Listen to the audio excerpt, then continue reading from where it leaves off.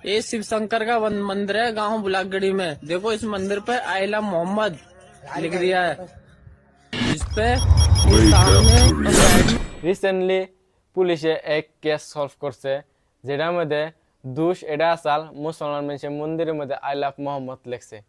কিন্তু পুলিশে এটা ইনভেস্টিগেশন করে 4 জন মানুষের অ্যারেস্ট করছে, কিন্তু 4 জন মুসলমান আসাল না, হিন্দু আসাল। আর এগিনা ওরা মুসলমান মানুষের বদনাম করবার নিয়ে করতেছে।